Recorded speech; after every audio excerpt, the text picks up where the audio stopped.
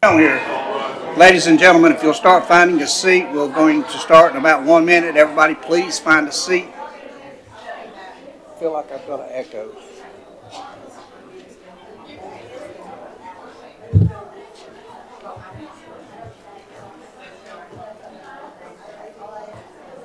That's what happens when you're popular. We should be dogs and cats.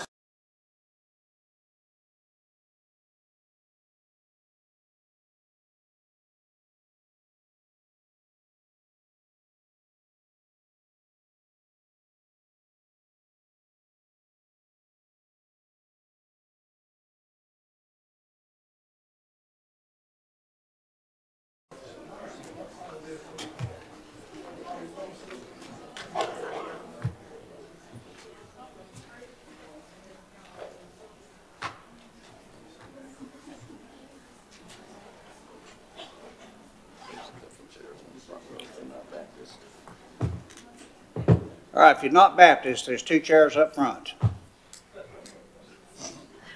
That was a joke. You can't laugh. That's a joke.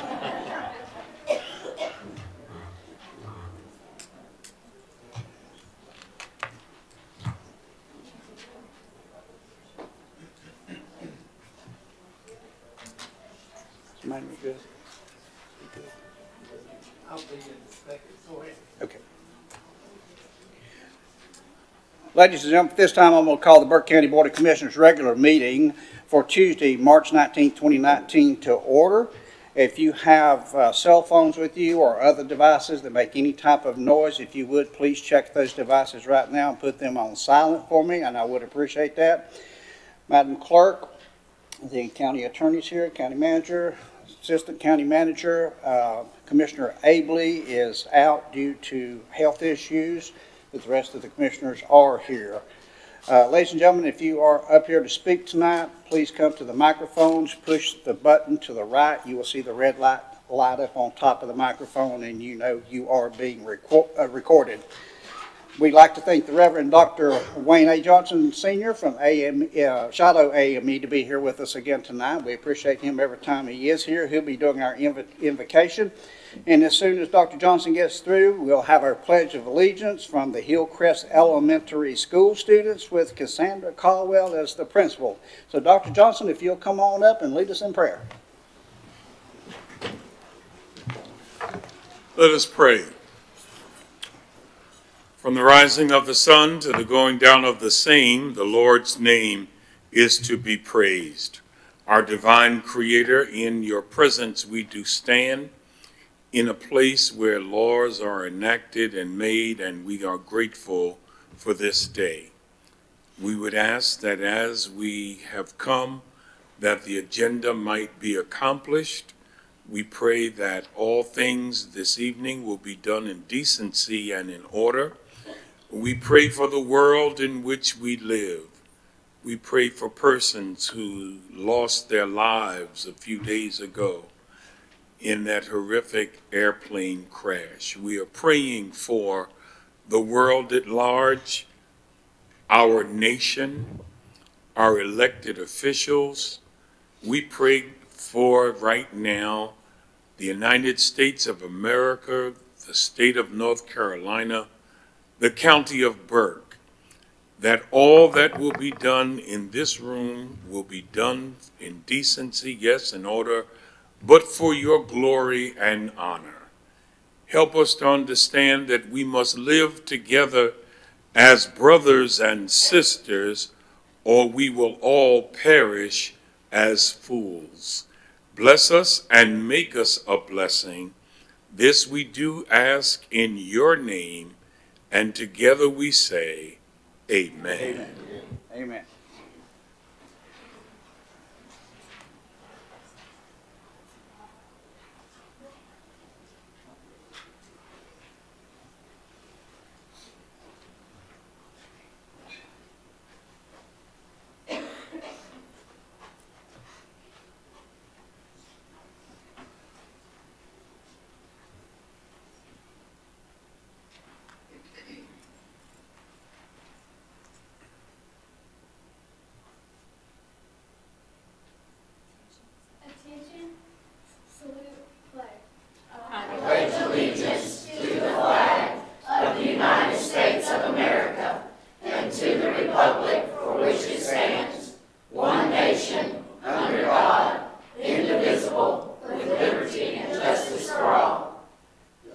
Thank you so much. Stay right there. We want to come down and take a picture, okay? Parents, if you want to take a picture of your children, just come right on up front, please, so you can get a close-up.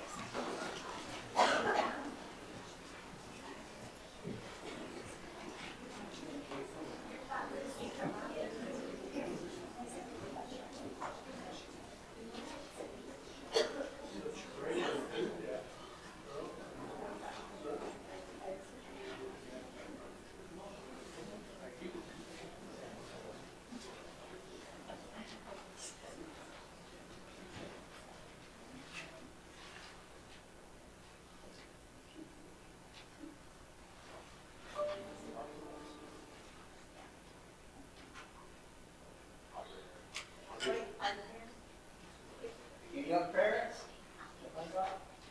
We good? Ladies and gentlemen, let's give these kids a big round of applause.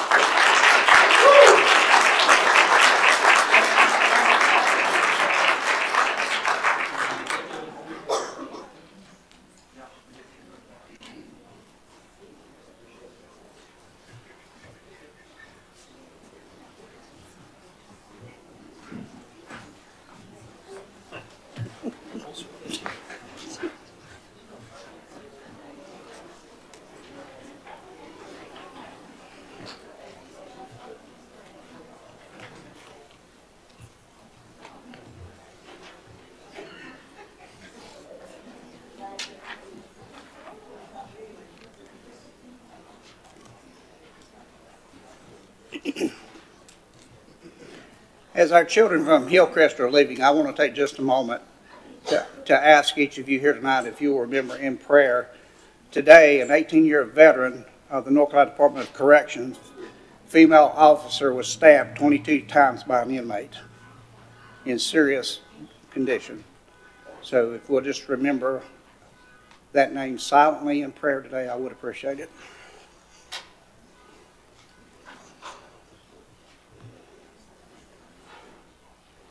All right, gentlemen, moving on, item number 4 is the motion to approve the agenda tonight. I'd like to add, with your permission, the minutes from January the 15th, 2019, and approve the agenda that way. So moved, Mr. Chairman. All right, we have a motion from Commissioner Mulvey. All in favor signify by raising your right hands. That'll be 4-0, Madam Clerk. Moving on to item number 5 is the approval of the meeting minutes from our Board of Commissioners meeting on January the 15th, 2019, which was a regular meeting.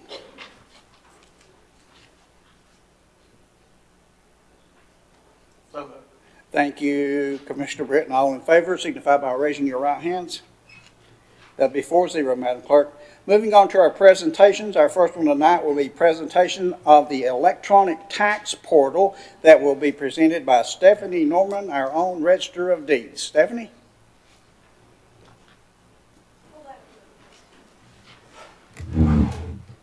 Good evening. Good evening.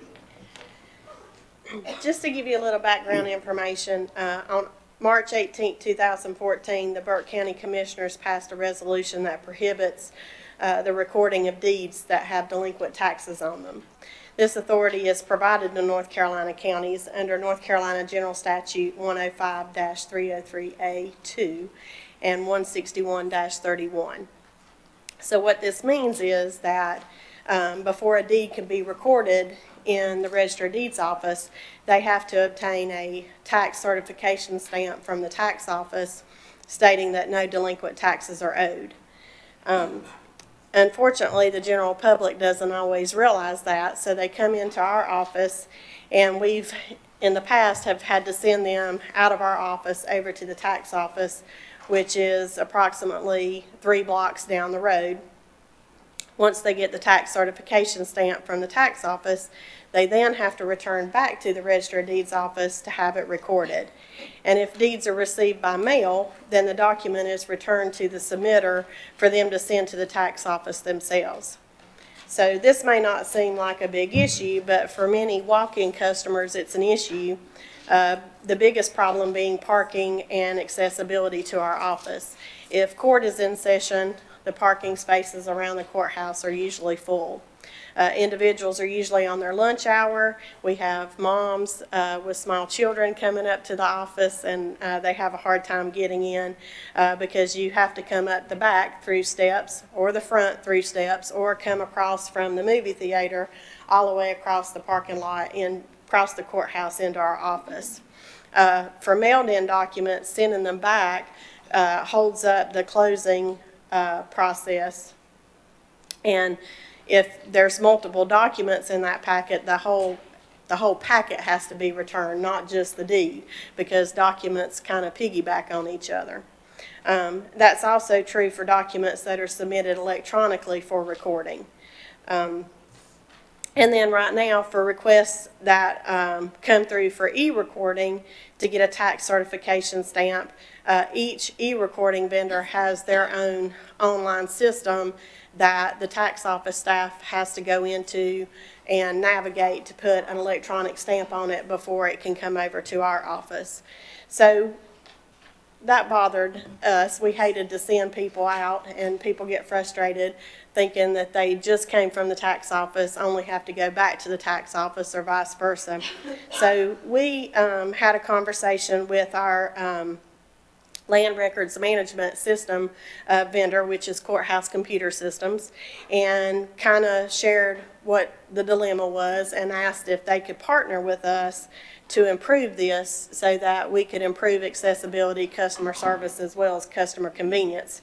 So they took our vision and they created a electronic document exchange portal, and we affectionately call it the electronic tax portal. And we had two main goals for that, and the first one being to improve customer service and convenience. So this exchange portal eliminates the need for the customer to have to leave our office. We can now send the deed electronically over to the tax office. The tax office does the electronic stamp, returns it back to us, and the customer doesn't have to leave the office at all. In the event that delinquent taxes are owed, the tax office would reject it, but we have public computers in our office, and so the customer could actually log in to the tax office website, pay the delinquent taxes, still not having to leave our office, and we just resend it and they send it back. It also allows us that if deeds come in through the mail without the tax certification stamp, we don't have to send it back. We can go ahead and send it over to the tax office. And then our local attorneys, sometimes they, in their busy schedules, forget to get the tax stamp, and they don't have to leave to go over to the tax office. We can send it over there for them as well. The electronic document exchange portal also creates one entry portal at the tax office. So instead of the tax office staff having to log in to two e-recording online systems plus our system, it's one system that they can get everything in one portal or one system. And that allows us to offer choice to the customers for e-recording vendors instead of just having to have one. So the implementation of this document exchange portal was done in two phases, and it was done in two phases to ensure that there was a successful transition and implementation for all parties involved. So the first one was in-person and mailed documents. The initial development discussion started in early September 2018. The Register of Deeds office met with the tax office to develop the workflow between the two offices and to provide feedback to our vendor for development of the portal. A test environment was created by mid-October in 2018, and we went live with the electronic document exchange portal for in-person and mailed-in documents on November 1st of 2018. Phase 2 involved the e-recording, and we're continuing to work with our e-recording vendors, which is Simplify and Corporation Service Company, to route all e-recordings through the new electronic document exchange portal instead of their respective separate online systems. The initial discussions with those vendors started also at the end of October of 2018. Both e-recording vendors had to submit work orders for their own online system updates to reroute their documents, and that started around mid-November of 2018. Test environments were created and available for testing in February 2019. So what are our results? We have submitted 75 deeds through the electronic document exchange tax portal to the tax office from walk-in customers between November 1st and today. That's an average of 17 people per month that have not had to leave our office and go over to the tax office, and they're able to record their deed, which I personally think is very successful. We anticipate going live with Phase 2 sometime this month. And then we also wanted to let you know that our electronic document exchange portal has been nominated for the National Association of Counties, which is NACO, their 2019 Achievement Award.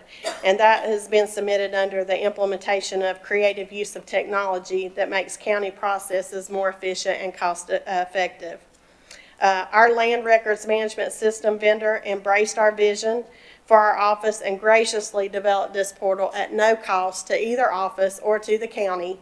And our this electronic document tax portal is serving as the model for across the state for registered deeds offices and tax offices who are located in different locations and whose county has opted to implement this authority for the delinquent tax certification stamp.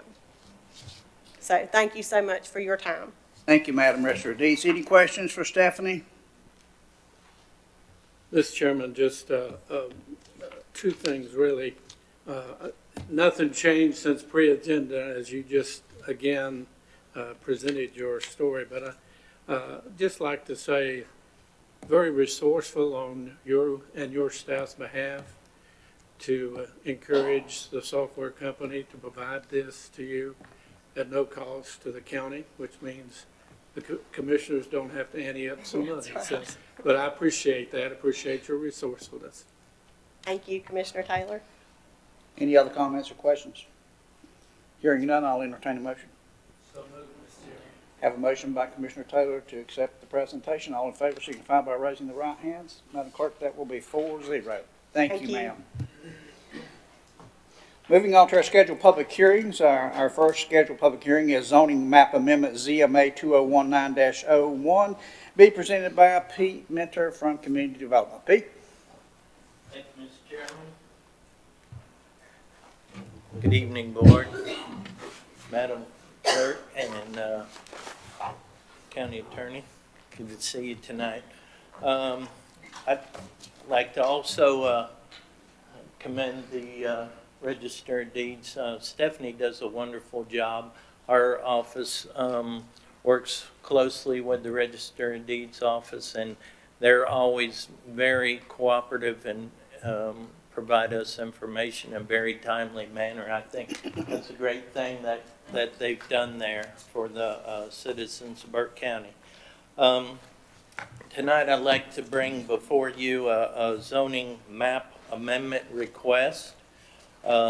This is from the applicant's name's Michael Schifoletti. This is for a 0.46 acre parcel of land that's located along NC 181.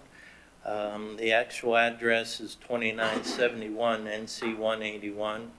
And for the record, I'll just state the parcel identification numbers. PIN number 178-504-8960, and the REID number is 24916. And as I mentioned, this is a rezoning request. The applicant wishes to rezone the property from the current zoning of R3, that's residential 3, to the general business zoning district. I'll be fairly brief in my presentation because y'all have had the information for a little bit, and some discussion took place at pre-agenda, so I won't take up much of your time tonight. But the important thing is the request is to rezone from the residential 3 to general business zoning. This property is, as the map shows, currently zoned R3. If you notice, there's a a property to the east that is zoned general business. Originally, it was thought that that property had a business on it, but further investigation, it's just a lot of accumulated personal items that are on that property. It's not really operated as a business, but it is zoned general business, and because of that close proximity, this request would be in line with state statutes in that this would not be considered a spot zone if this property were to be rezoned to general business. The existing land uses in the area predominantly residential in nature. There's also a lot of vacant land in the area as well. The closest actual commercial businesses are approximately a mile in each direction of 181 to the closest commercial business. The aerial photo shows the property there. It has two existing structures on the property. One of those structures, it looks like it might be a dwelling, but records show that that structure has been used as a business in the past, and the closest documented information that I could find regarding this property was in a deed reference that called the business Doula's Grill, and that was in place sometime after 2011 was that deed reference. So although the property has been vacant for quite some time, it looks like there has been a business on that property before, and speaking verbally with people from that area, there has been commercial activity on that property for in the past number of years. The planning board met to look at this case, and they had some questions about some things. Some concerns were brought up from citizens in the area, and those concerns, comments are in your packet there. I would like to address just a couple of those things, because since the time of the original report, I have spoken to several agencies about some of these concerns and have gotten some answers. One of the concerns about this property being rezoned to business was the access, the road, the speed limit along 181, and the problem of this being zoned to commercial, how that would affect safety along NC 181. One of the citizens made a comment that the highway would be widened in a NCDOT road widening, current DOT widening project that was in the foreseeable future. In speaking with Chad Young of NCDOT, he informed me that there is no such widening project for this area of 181. Another concern that was brought up at the planning board meeting was the septic system. This property has been there for quite some time. I think the original structure dates back to probably the early 50s, if not before. And so whatever septic system is on that property is that old. The concern was that if a business was to take this over, it would create septic issues, which the surrounding property owners would have to deal with. And in speaking with the Environmental Health Department, they informed me they do not have any records of the septic system because it is so old, but said before any use of those structures could take place, the Environmental Health Department would have to come out and evaluate that septic system and approve that septic system for whatever use was intended for those structures.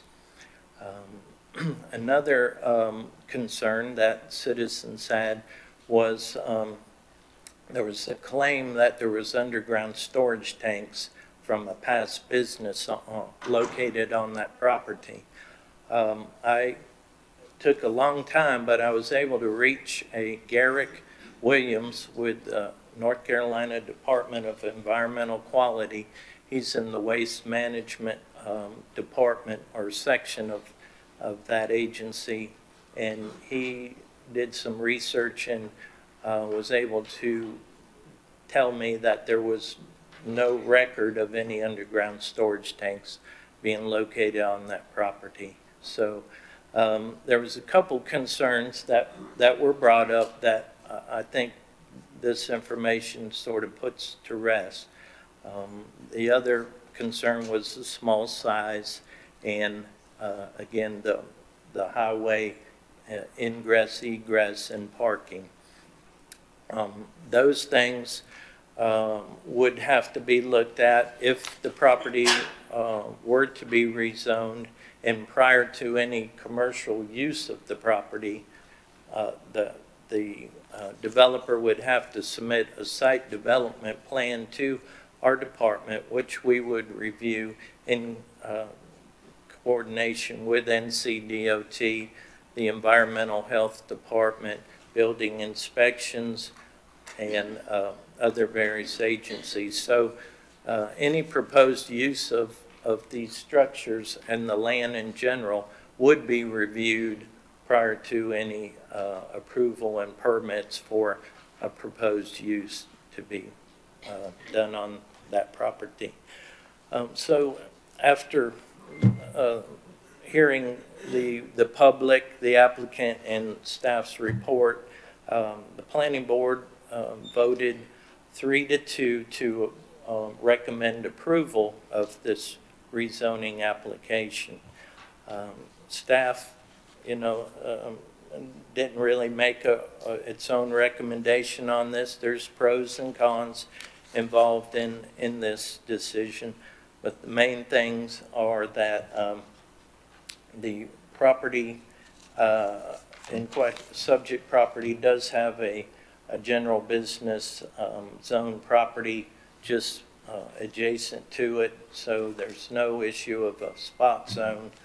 The comprehensive plan, although this is in a rural area, according to the comprehensive plan, it is located along a major transportation corridor where you would expect some commercial development to take place.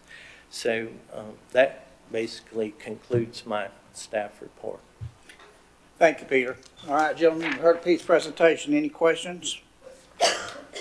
Mr. Chairman, I had several last week. I was hoping Steve would get an answer to them, and one of them was the safety issue, and the other one we did not need to know the business going, but we needed somewhat to know the style of business or what traffic count it would take for that business to be successful, because you've got a huge safety issue with traffic, and enough cars can't park to sustain a business, is what we discussed last time. And the other question I had, is there not a minimum size lot that can be changed to a business? I'll answer that question first. The zoning ordinance does have minimum lot size requirements for residential development, but none for commercial or industrial development. So there is no minimum lot size requirement. As I mentioned, before any use could take place on this property, somebody would have to come forth with a site development plan for whatever specific business they were proposing, and that business would be reviewed by different agencies, including our department, to see, one, that would be an allowed use in that district, and then, as you're concerned, the access and the parking and things of that nature would be reviewed to make sure they would be safe, if they could be. The house that's there now, is it lived in? It's not. It's vacant. It's vacant. Yes, sir. Is it built, styled in a manner to accommodate business? I have Is not. it a residence? I had not been inside the structure. The last known use of that structure was commercial. I think it was a convenience type store. So I don't know what the interior of any of those structures are like, but before they could be used, occupied, building inspections would, and the fire marshal would both inspect them for the appropriate code. If it was a commercial building, it'd be inspected for the commercial code. If it was residential, it would have to be inspected for residential code before somebody could occupy the building. I believe Steve told us your board did not approve it as a whole. Well, not as a whole. It was 3-2. The planning board you meant? Yeah, the planning board. Yeah, 3-2 vote. It just appears it has more negatives than it does positives to become zoned as a business. That's all I have. Any other questions or comments? Mr. Chairman, Pete, when the planning board met, did they have all the information from we have now? Because you've alleviated some of my concerns, because we were talking about whether there were problems underground, environmental health issues, DOT issues. You've done a good job with that research. So when the planning board met, did they have all that information from? Did not. These concerns were actually brought up at the planning board meeting. And that's what I assumed from what you had said, that since the planning board meeting met, that we've got the information to alleviate those concerns that they brought up. Right. Some of them, right. Okay. Thank you. Any other questions? All right, hearing none at this time, I'll open a public hearing. Is there anyone here to speak to ZMA 2019-01? Seeing and hearing no one, I will close the public hearing. At this time, entertain a motion. Mr. Chairman, I move to adopt ordinance number 2019-02, amending the Burke County zoning map and related consistency statement. That statement being the proposed rezoning would be consistent with the 2016-2030 Burke County Strategic Land Use Plan and considered reasonable and in the public interest because the proposed zoning reclassification is consistent with the purposes, goals, objectives, and policies of the adopted land use plan and other plans for the physical development of the county as adopted by the Board of Commissioners. The proposed zoning reclassification is compatible with the overall character of the existing development in the immediate vicinity of the subject property. There is adequate public facilities and services to serve the subject property, including but not limited to roadways, parks, recreational facilities, police and fire protection, schools, stormwater drainage systems, water supplies and wastewater treatment systems, and garbage services. And the proposed zoning reclassification will not adversely affect a known archaeological, environmental, historical, or cultural resource. All right, gentlemen, you've heard Commissioner Britton's motion. All in favor signify by raising of the right hand. All opposed? That'll be 3-1, Madam Clerk. Commissioner Taylor in the negative. Thank you so much. Thank you, Pete. Thank you, Mr. Chairman. Moving on to item number 8, informal public comments. Madam Clerk, do we have anybody signed up tonight? I'm very pleased to report that we have 4 citizens signed up to All speak. right. I would call Miss Gwen Hood.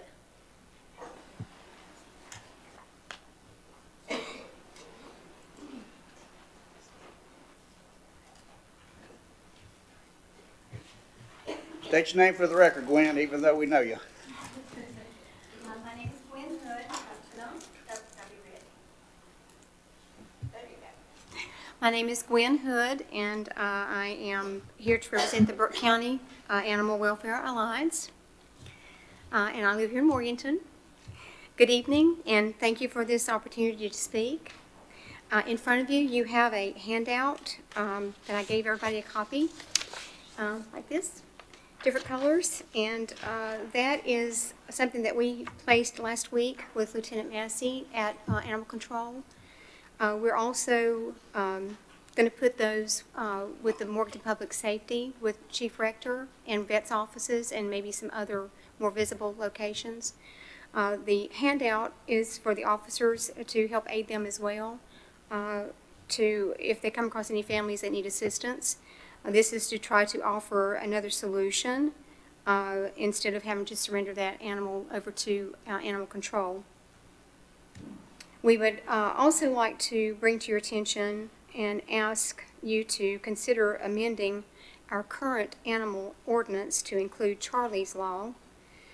This is a petition that is circulating now. Charlie's Law will allow rescue organizations to pull animals that are deemed unadoptable.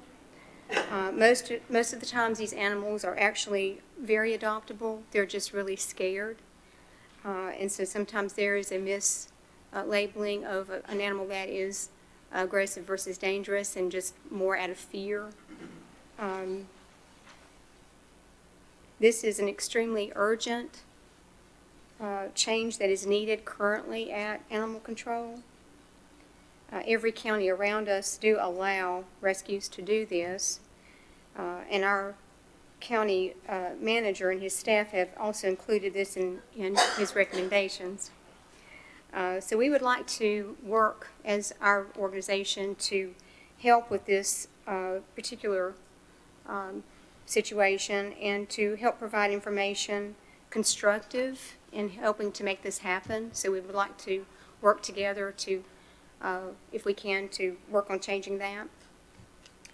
And finally, we would really wish to commend our county manager and Kay and Lance, our county commissioners, and I'm sorry that Wayne is not here. I hope he's feeling better.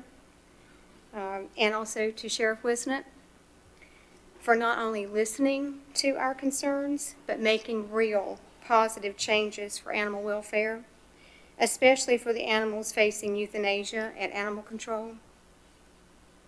We are moving ever closer to becoming a no-kill county. You have become champions. You have become heroes for the animals. The Burke County Animal Welfare Alliance, we're here to help you in this endeavor in any way possible. Our county officials make us proud. And through Advance Burke, we are truly becoming a county that is proactive, that is progressive, and most importantly, compassionate. And that is a county anyone would want to live in. It is with the deepest gratitude and a heartfelt thank you to each of you for all that you are doing to save these precious lives. Thank you. Thank you, Gwen.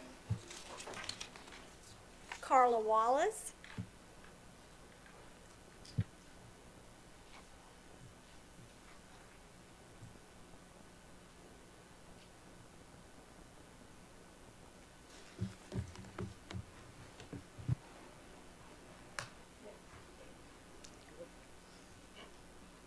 Well, is it on? Okay. Good. I'm Carla Wallace. I'm with Partners for Cats and Burke County Animal Welfare Alliance. I would like to talk to you today about the cats at Burke County Animal Control. I'm the video person for the cats, meaning that I'm the one that is able to take pictures and videos of the cats. but only the ones that are deemed tame. I was allowed to video them as soon as they knew the cats were tame, which was working very well. It gave us time to network and to find them fosters or adopters, but it was changed with no reason given.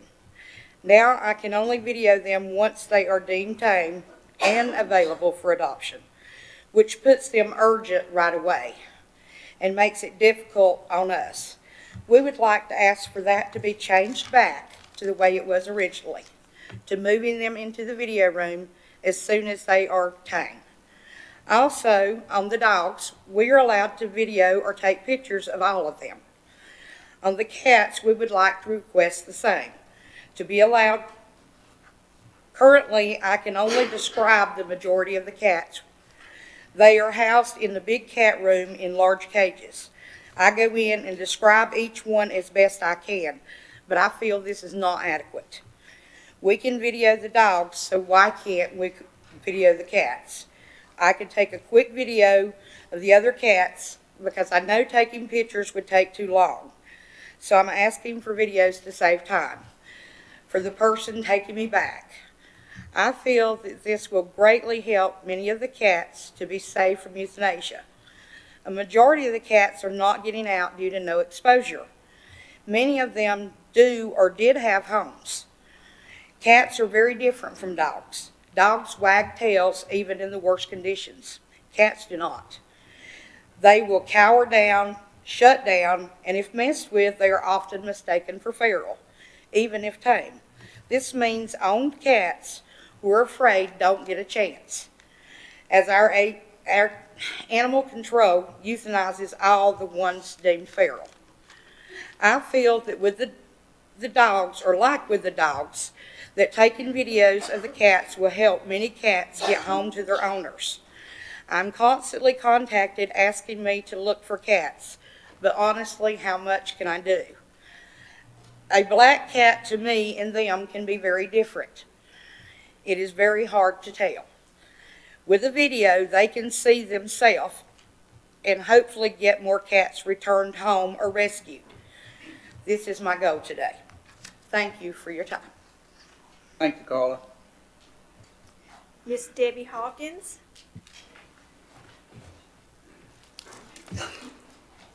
Good evening. I'm Debbie Hawkins. I'm president of the Reason program. I'm only going to take like 30 seconds of your time.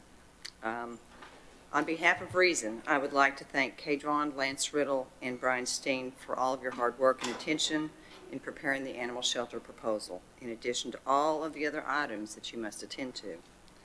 We appreciate the county commissioners and the sheriff's department for your time in considering their proposal and for looking at ways to improve animal welfare in Burke County. Thank you. Mr. Bryant Lindsay.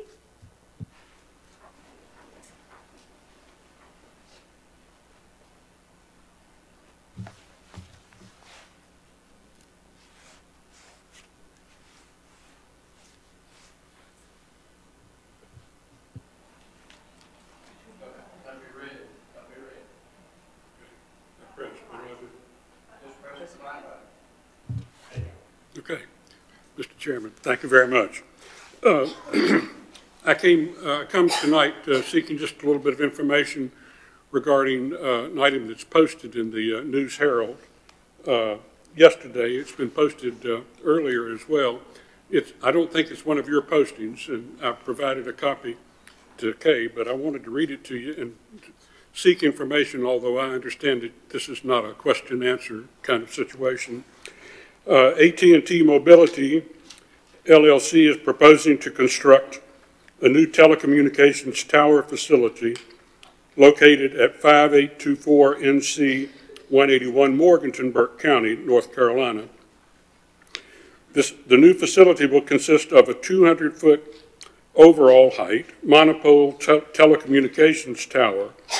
Any interested party wishing to submit comments regarding the potential effects the proposed facility may have on any historic property may do so by sending comments to project, et cetera, Susquehanna Trail, South York, Pennsylvania, or via telephone at 443-866-1410.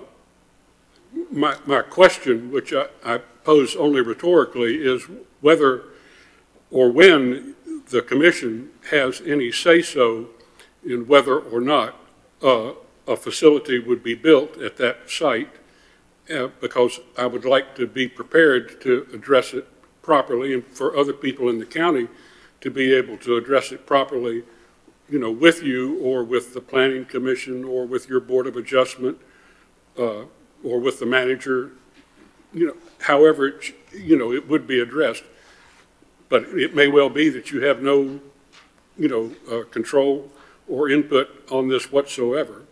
I would note that if a 200-foot monopole is put at that particular location on the highest hill that is there, that it would be about 500 feet higher than Jawara, which is about 2.5 miles away, straight line distance. And I would also note that I think that the location that is proposed is on a North Carolina scenic byway, and that I believe that there are some restrictions that can apply with respect to that. I just wanted to try to make certain that I understood the process appropriately when I bring it to Mr. Steen or some of his, his managers in terms of knowing when you all get a chance at this. Thank you very much for your time and consideration. Thank you, Brian. Mr. Chairman, that's all the cards that I had.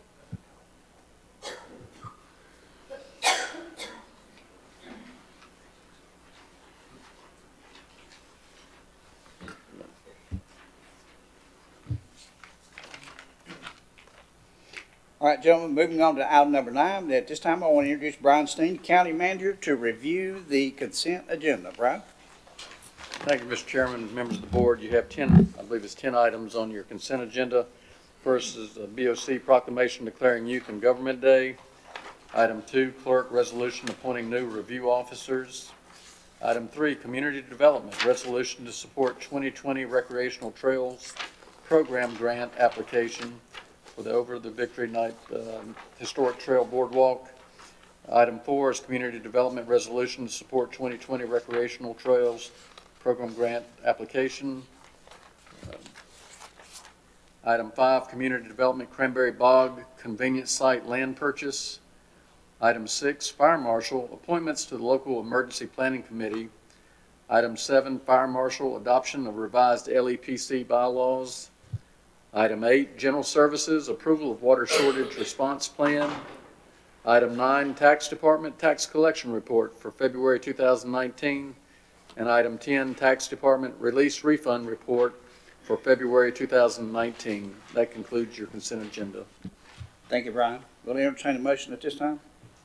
Mr. Chairman, I make the motion we approve all 10 consent agenda items as rendered. All right, you've heard the motion by Commissioner Taylor. All in favor signify by raising your right hands. Madam Clerk, that'd be 4-0. Thank you so much. Moving on, item number 10 is our items for decision. Our first item will be presentation of the animal shelter information and options presented by Brian Steen, County Manager, along with other county staff. Brian? Thank you, Mr. Chairman, members of the board, and our public audience that are viewing this. Kay and Lance are the ones that did the work and are best prepared to do a short presentation of what's been looked at and proposed to the board for consideration.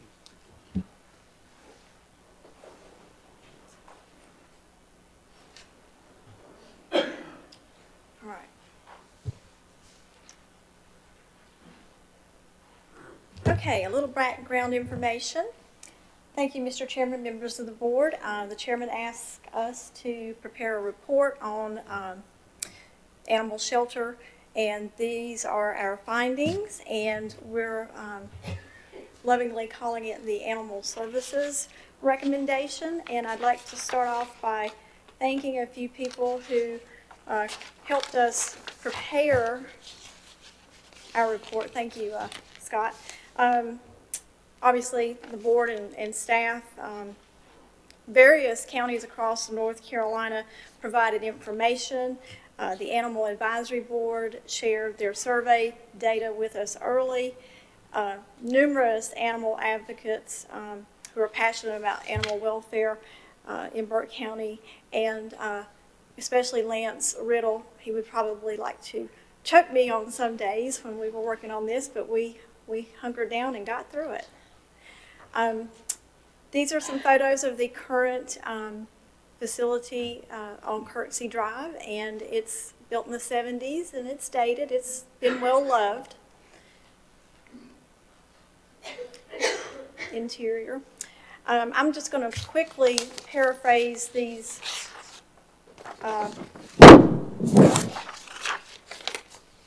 recommendations for time's sake.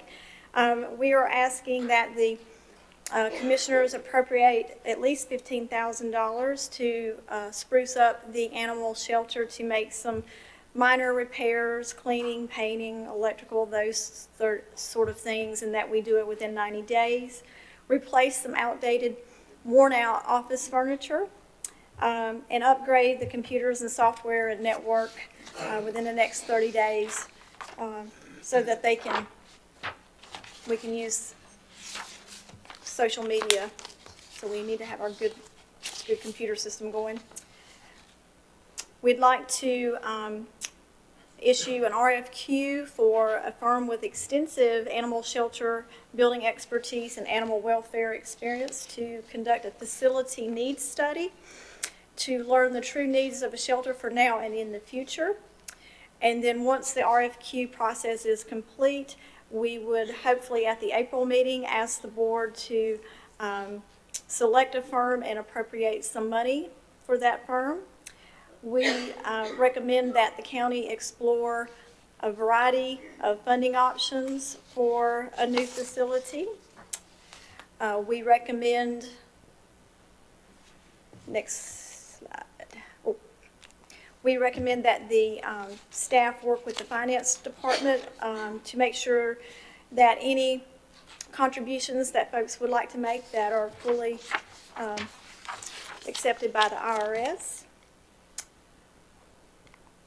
We would like to, and this is with regard to the organizational structure, we would like to recommend that the Animal Services Department be placed under the authority of the County Manager's Office as a standalone department, that the Sheriff's Office continue animal control operations with the day-to-day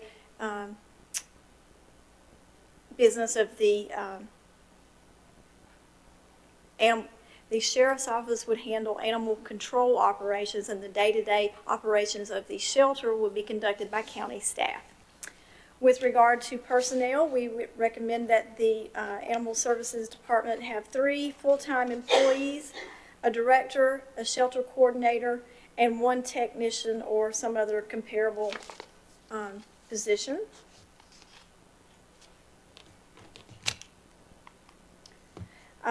We recommend that a robust volunteer program be developed and implemented.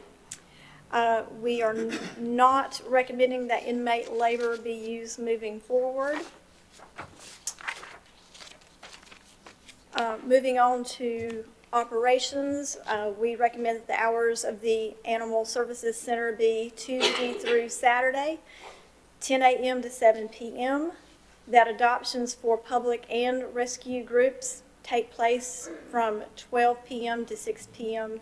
daily, and that we cease the sale of animal carcasses as a source of revenue, and that the Animal Services staff develop their standard operating procedures within 30 days or less. Moving on to education and marketing, that we're recommending that they use all forms of social media platforms such as Facebook, Instagram, Twitter to let folks know that we do have animals out there for adoption, and hopefully decrease the euthanasia rate significantly. We recommend that staff post pictures of these animals very often and engage the community by perhaps having an Animal of the Week with a short write-up and photo of the animal. Social media should be used to inform the public about any events going on at the shelter or changes in hours, that sort of thing.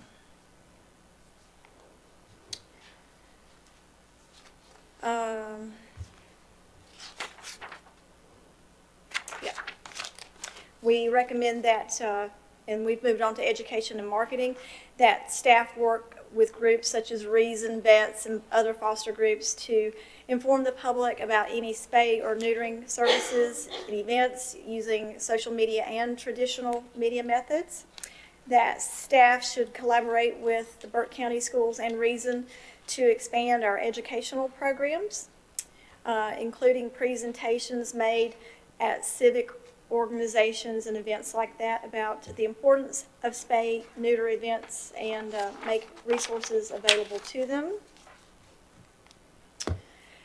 Here are some low or no cost education marketing recommendations.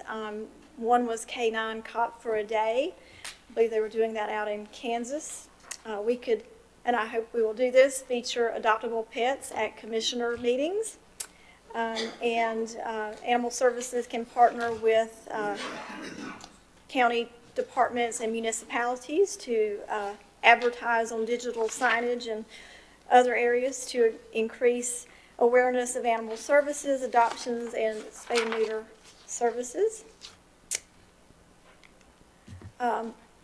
We would like to utilize billboard space on I-40 to get that message out about adoptions and spay and neuter.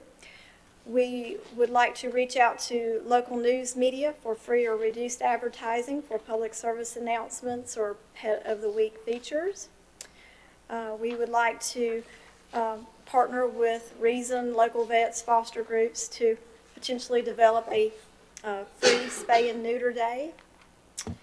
And we would like to recommend that we hire a marketing firm to rebrand the image of the animal shelter, the Animal Services Department, and the Animal Services Center, and to promote spay and neuter education and services.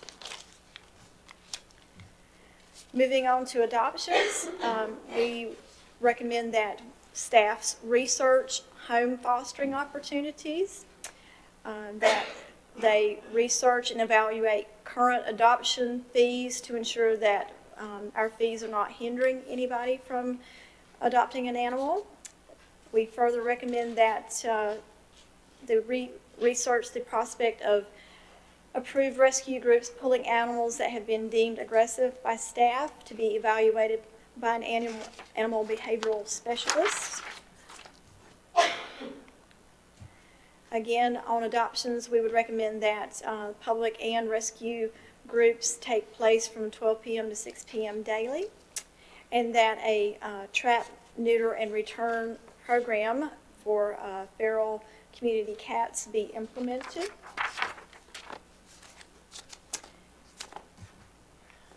And then lastly, what I'm now calling the legislative section is that we evaluate any changes to the animal ordinance to make it better, cleaner, clearer, and then to particularly maybe look at that cat colony section to see if there's anything that needs to be changed or removed in regards to that section. That's all the recommendations that we had. The request before the board today is there's 3 items in your packet. The first would be for us to gain input from citizens, animal advocates, and rescue agencies by creating an email address to receive that input and hold a staff-facilitated workshop within 90 days.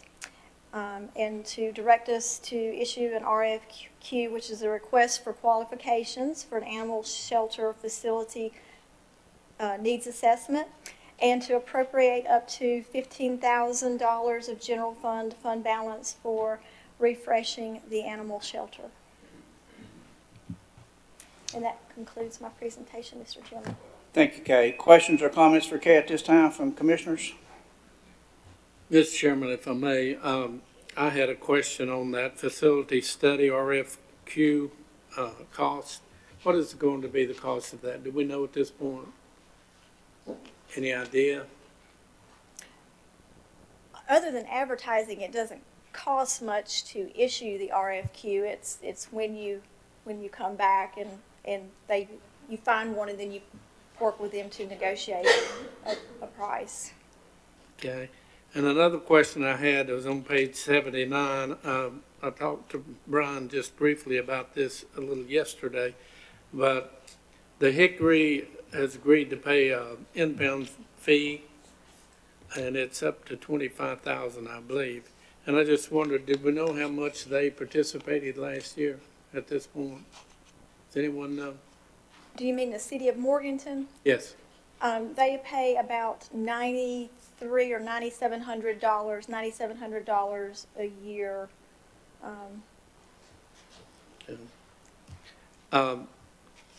I read with great interest the survey, and it's on page 120 where all that starts. But I was delighted to see that so many of our good citizens agreed that the county should not fund that expense by themselves.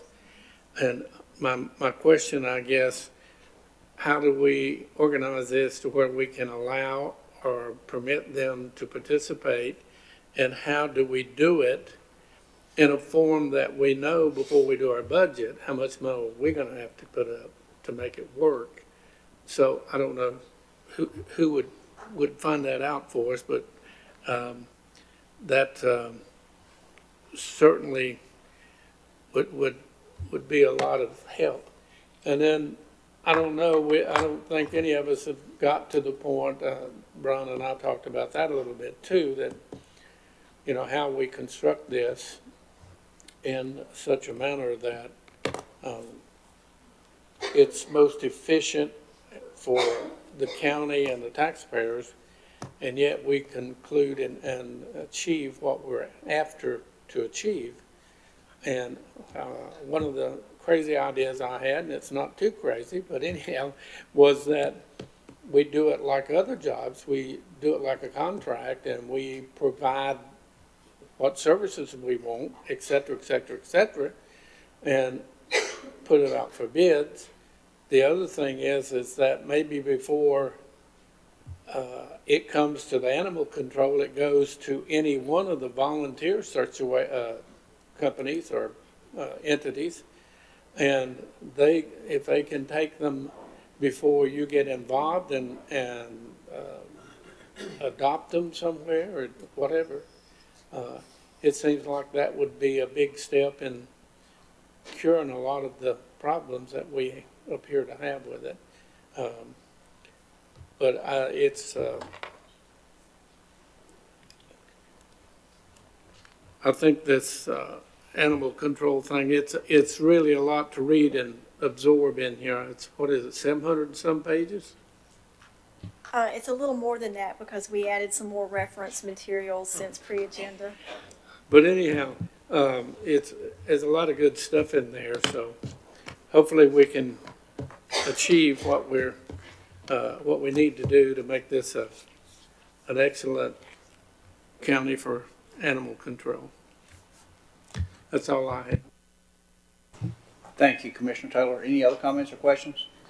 Just to address one of those, and Kay, you and I've listened to some information about this, but you know, once we do the RFQ and we get an animal shelter facility study needs assessment done, we depend on their needs. I mean, their expertise, because there's people that have duplicated this hundreds of times around the country. So we're not going to be doing this blindly. This is going to be somebody that involves professional veterans, veterinarians, you know, all types of folks that, you know, we can bring in outside experts along with our community support and get it done the correct way, the right way, the first time.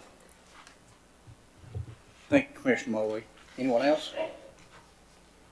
I want to close up with a few comments. When I came to Brian, when the Vice Chairman and I came to Brian, I laid out some specific instructions what I wanted to see done.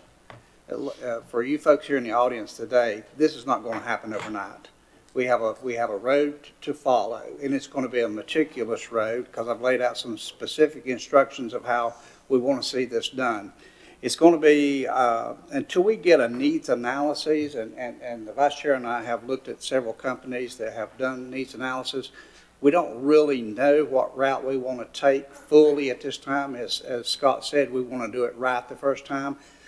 In conjunction with the North Carolina County Commissioners Association, Brian and I, myself and Scott, we've taken some field trips. We spoke with a number of counties that have some great facilities, but this is my desire. I want Burke County to be number one when we finish. I like being number one, so that's what I want it to be, and I want people to emulate what we do here in this county. We know what your desires are, and we've listened closely. And I think you understand that our desires are just like yours. But I do want you to understand that this is going to be time consuming and it's going to be a meticulous process. I can't say enough for Brian and Kay and Lance what they've done to issue a 800-some page report. Kay and I corresponded sometimes after midnight at night on the computer trying to get this report ready as quickly as we could. So please be aware that until we get that needs analysis, we really, that will paint the picture for us to give us that roadmap that we need to follow. And with your input, when these meetings do occur, and we have these civil meetings and get your input, that's what we want. And that's the direction we're going to take. I'm not going to say anything else. We'll entertain a motion at this time.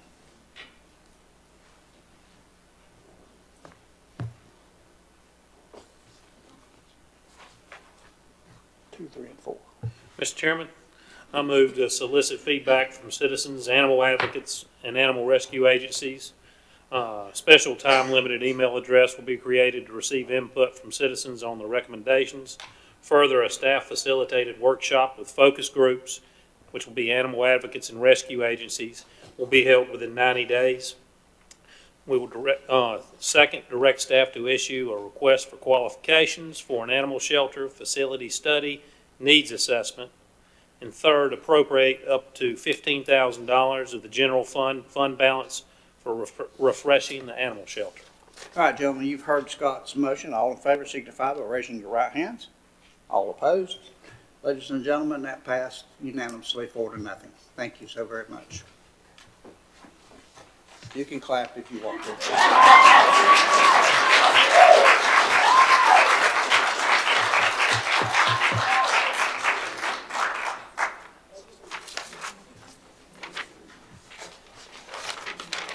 All right, moving on to our, that means you have to stay and listen to the next item. Moving on to our next decision item is Burke County Sworn Law Enforcement Officer Pay Plan Adjustment presented by Rhonda Lee, our HR Director. Rhonda?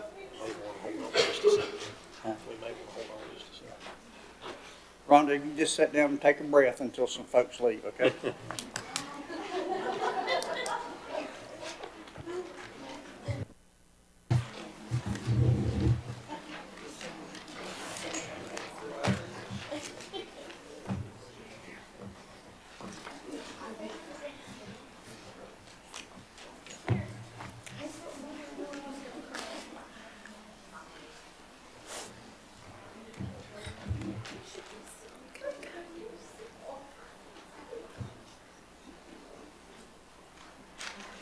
Ready?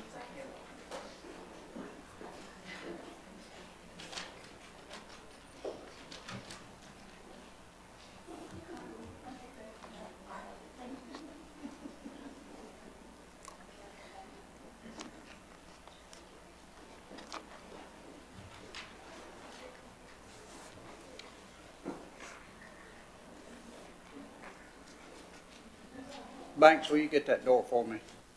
Oh, they got it. Okay, good. All right, Rhonda. Okay.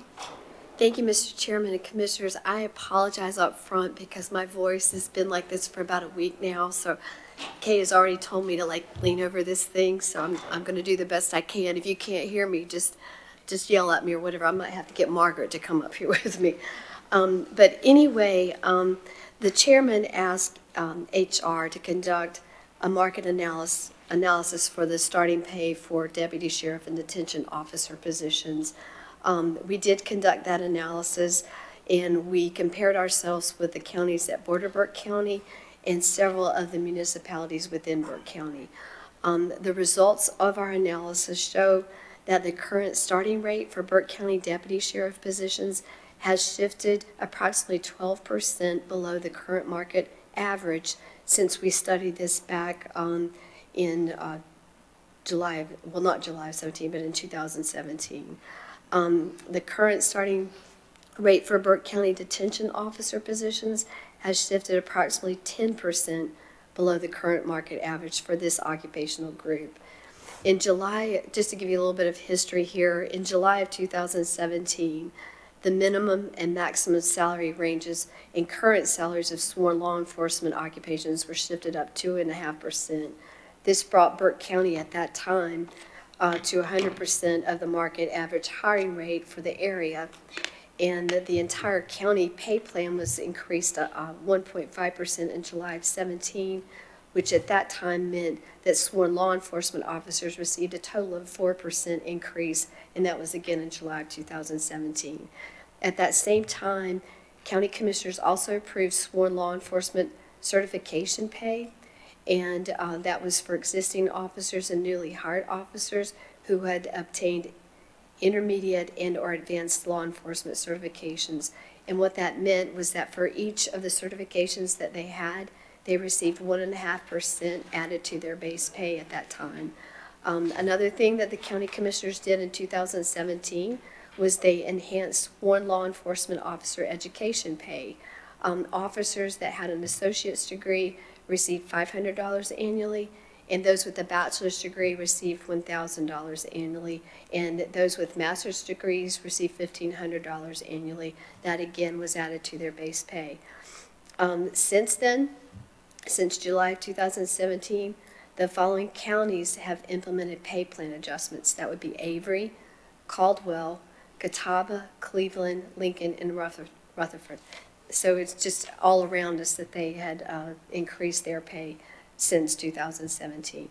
These adjustments that these other counties made are attributable to the recent upward shift in the market. So at the time back in 2017, the minimum hiring rate at the time was $31,459, and now it's at $35,673. So that went up about $4,200 within about 2 years.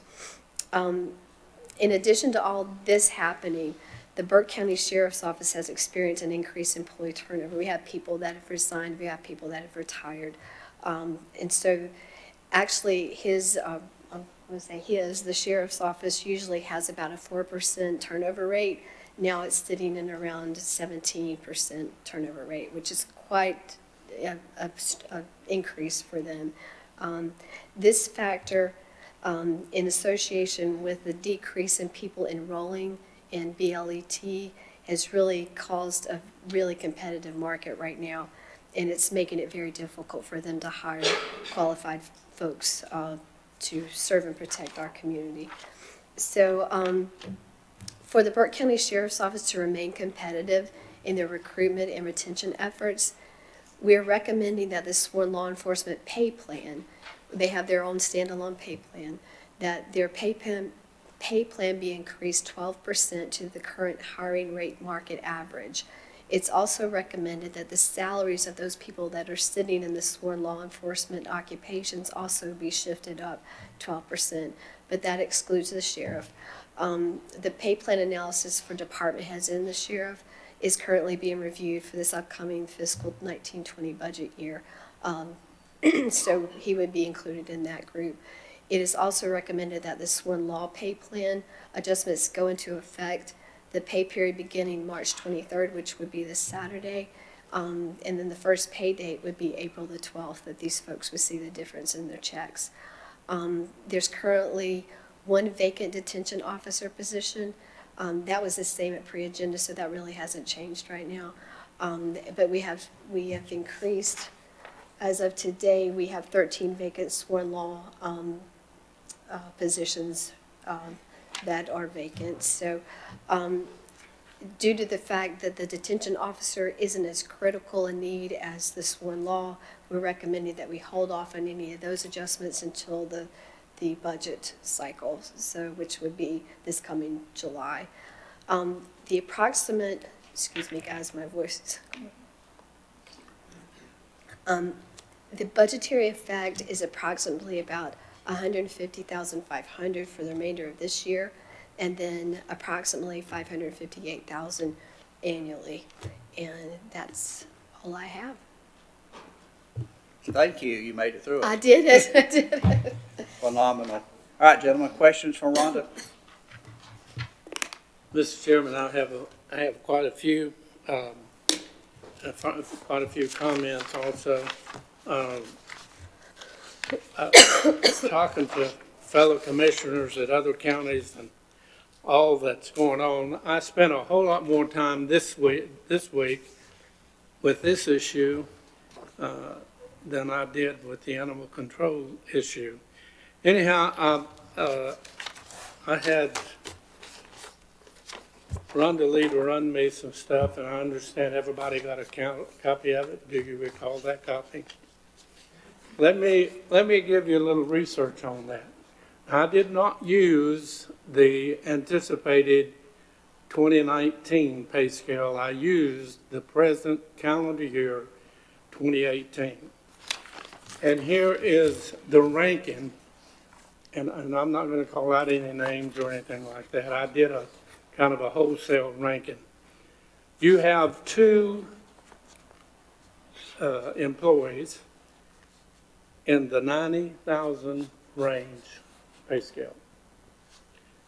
You have one in the 80,000. You have 7 in the 70,000 range. You have 20 in the 60,000 range. You have 45 sheriff deputies in the 50,000 pay scale. You have 3 in the 40, and you have 3 in the 30s pay range. Now that's a total of 83, and I did not include any in the teens and stuff. It was obvious that they were not yet been employed a year. They were new employees. 8 out of the 83 are under the 50,000 range, and yet we do a wholesale request to improve all salaries. And I have long anticipated that we could come up with a system that justified, but just doing a wholesale, give everybody a raise is not what I view as a good pay system for any department, regardless who it is.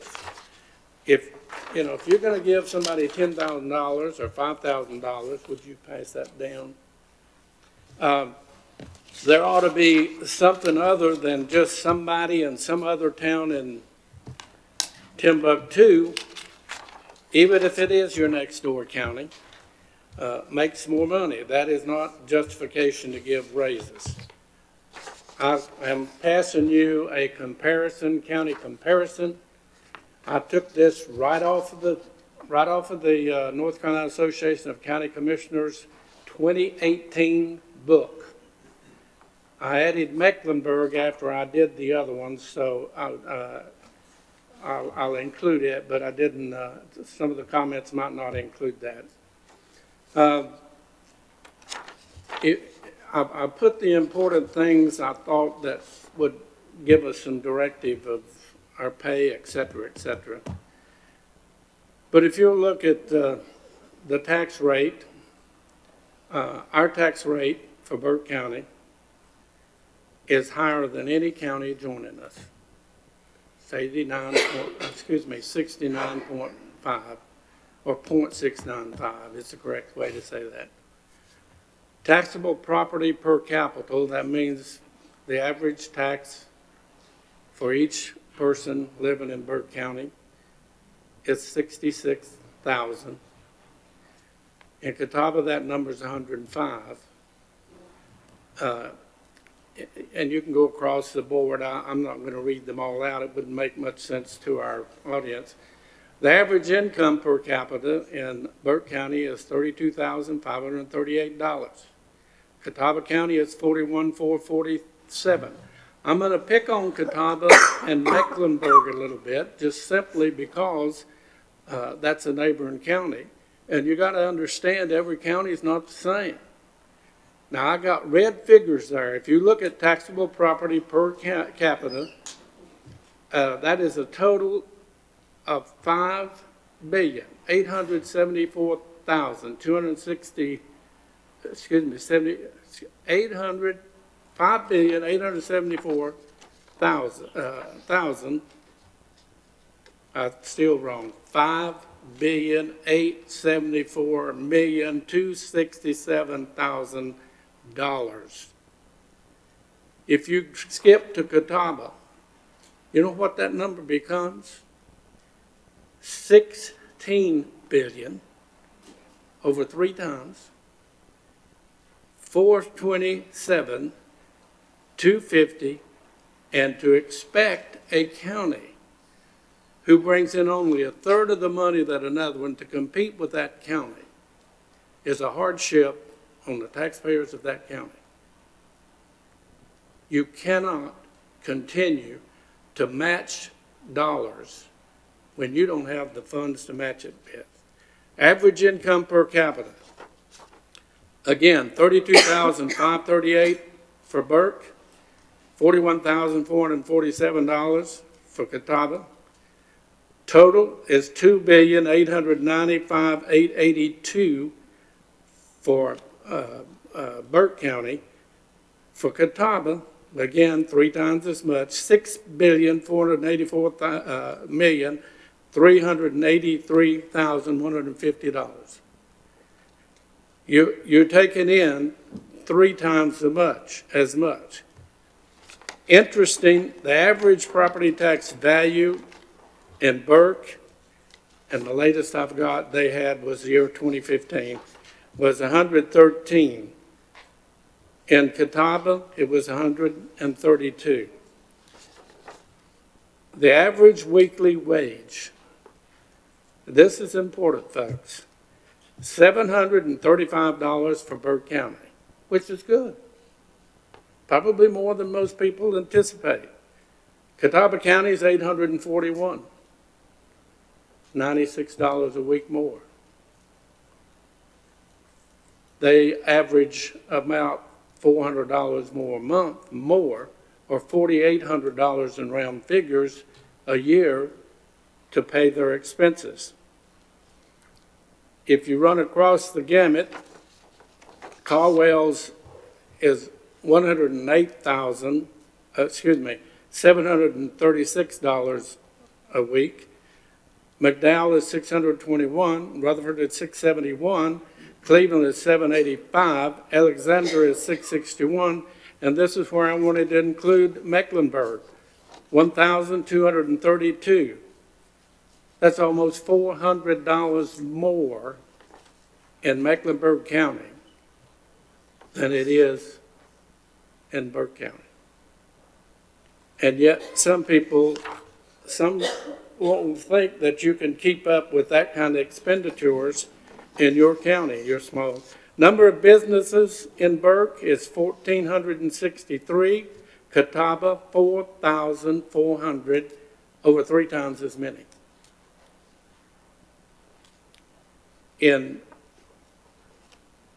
Excuse me, I lost my place. In Caldwell, it's 1,658, McDowell 485, Rutherfordton 1,294, and Cleveland 2,008.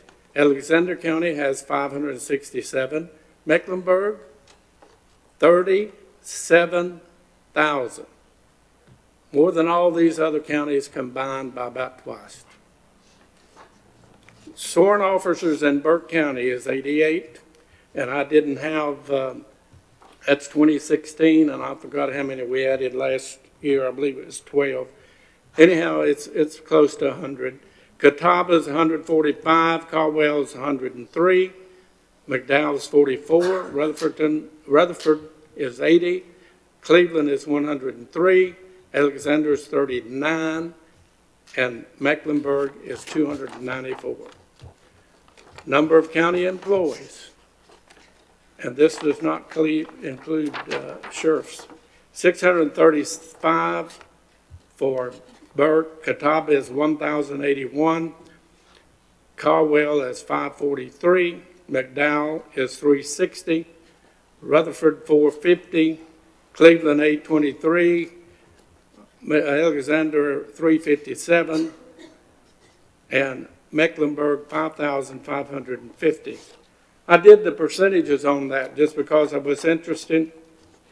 Burke has 7.1% of its population as a county employee. Catawba has 6.9. Caldwell has 6.6. McDowell's is 7.8. And Rutherford is 6.7. Cleveland is 8.3. Alexander is 9.4, high. And look at Mecklenburg. Theirs is only 5.26. That was a surprise. Population from state figures are 90,000 for Burke, 154,000 for Catawba, 81,000 for Caldwell, 44,975 for McDowell, 67,303 for Rutherford. Cleveland is 97,440, and Alexander is 36,971. Mecklenburg is 967,971. Population figures from that was from the last state figures. The Council of Government had, instead of 90,300 for Burke, has 89, and they have 156,450 for Catawba. Now, I know you can't see these big figures, but the point of it is that we're not any way, shape, or form out of line with what we're paying our government employees. We're not low. You can use starting wages to make a point, but that's not where most people are. All but about 6 or 7 of those 83 people are, they've been officer for some time.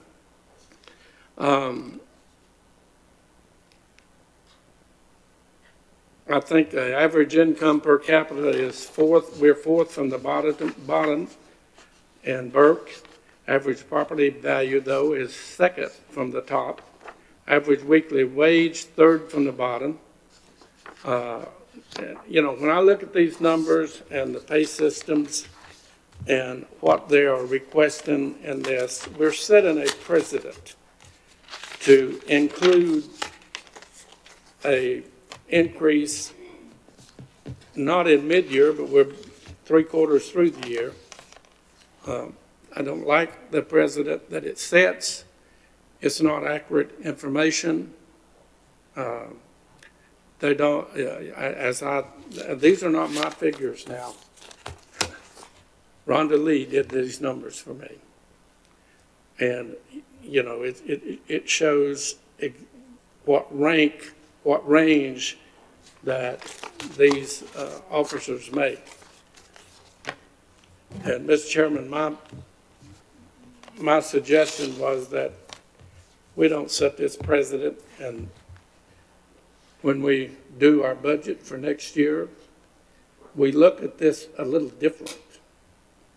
And we put funds where it's needed and not just wholesale give everybody who happens to be wearing a badge a pay raise. That's not good for any of our departments.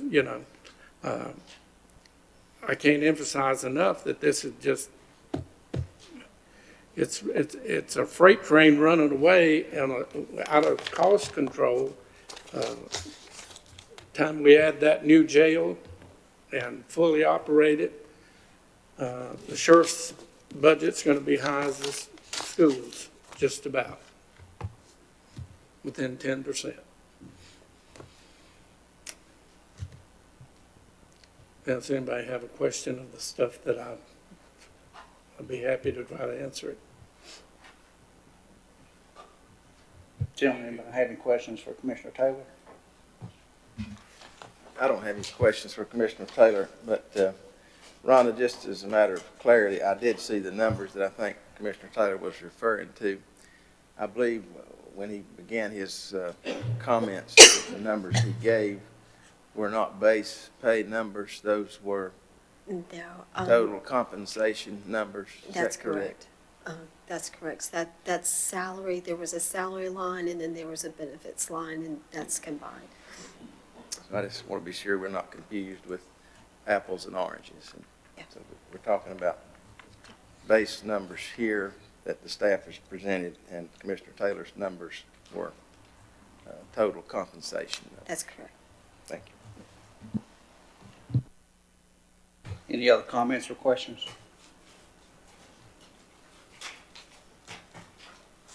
Hearing none, I'll entertain a motion.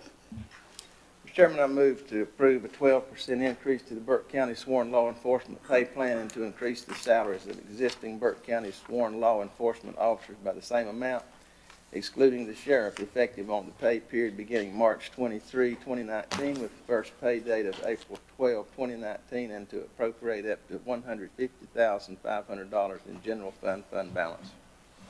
All right, you've heard Commissioner Britton's motion. All in favor signify by raising of the right hand. That'll be 4-0, unanimous. I said all in favor. All right, all opposed. That will be 3-1, Commissioner Taylor in the negative. Thank you so much. Thank you. Thank you, Rhonda. All right, gentlemen, moving on to our reports and comments. Let's start over on the right-hand side with the county attorney. No comments from me tonight, Mr. Chairman. Thank you, Mr. County Attorney. Mr. Taylor? Yes, just a second. Okay. In addition to the meetings and information already in your package, I did attend the Burke Soil and Water Essay Awards presentations.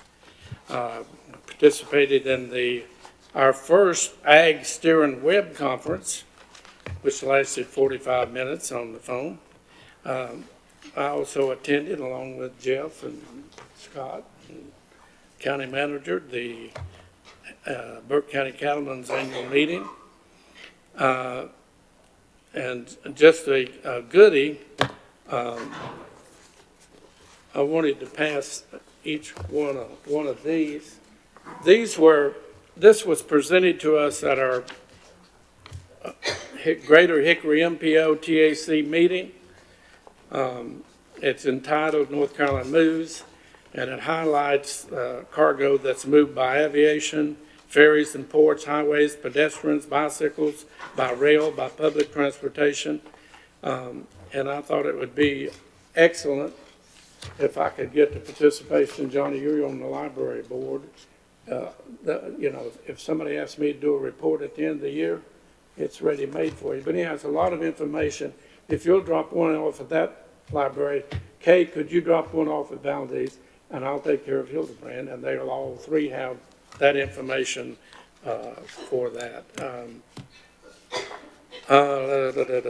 And the only other thing, Mr. Chairman, is there's a big event going on at Hildebrand Senior Citizen Library this Saturday.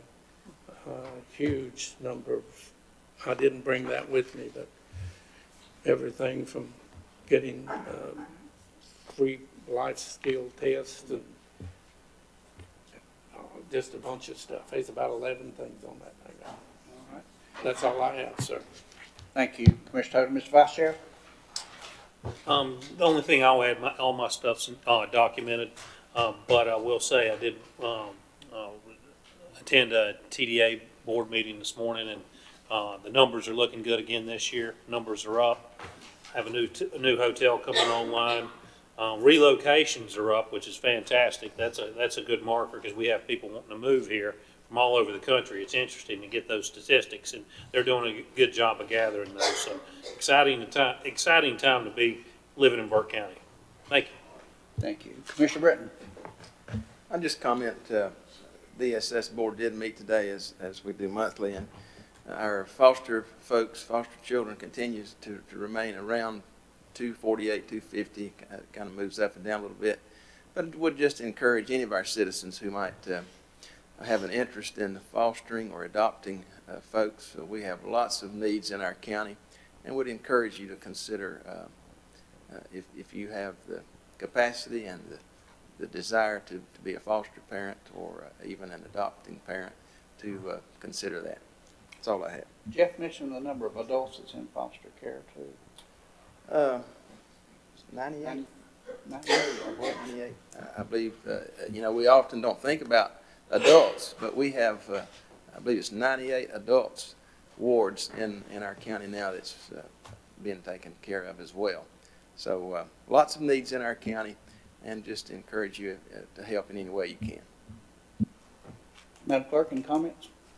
Thank you, Mr. Chairman, members of the board. Just a couple quick announcements, reminders that March 29th is our legislative breakfast meeting with Western Piedmont Community College at the Higher Education Center.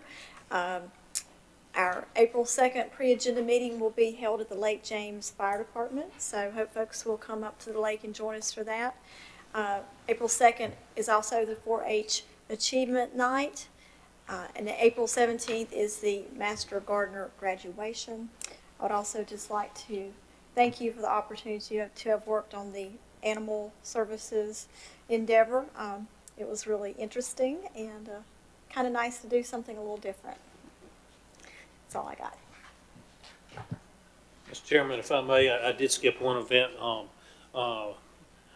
Chairman Carswell and I will be at a chamber event. It starts at 7:30 Friday morning. It's called Coffee and Conversation. So if you want to come ask us questions or heckle us or whatever you'd like to do, it's open to the public, so we'd love to have you. And that's at Judges Riverside, that will be serving breakfast for the first time. So if you'd like to join us, please come 7:30 Friday morning. Thank you. Mr. County Manager? Yes, sir. The event that Commissioner Taylor was talking about, we have, I think, has been placed on our Facebook page. So anybody that's interested in knowing what all is going on and available to you out there, they've got a nice list of different services that would be available to anybody that's interested. I hope you can come out. Thank you. Again, I want to thank everybody for being with us tonight. A lot of good business was conducted, and thank everyone for their participation.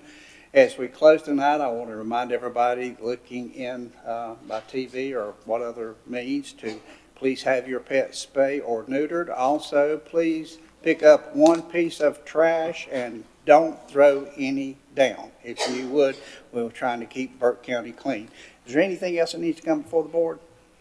If not, I will call us in recess until we meet on March the 29th for our legislative breakfast meeting. All right. Thank you, gentlemen.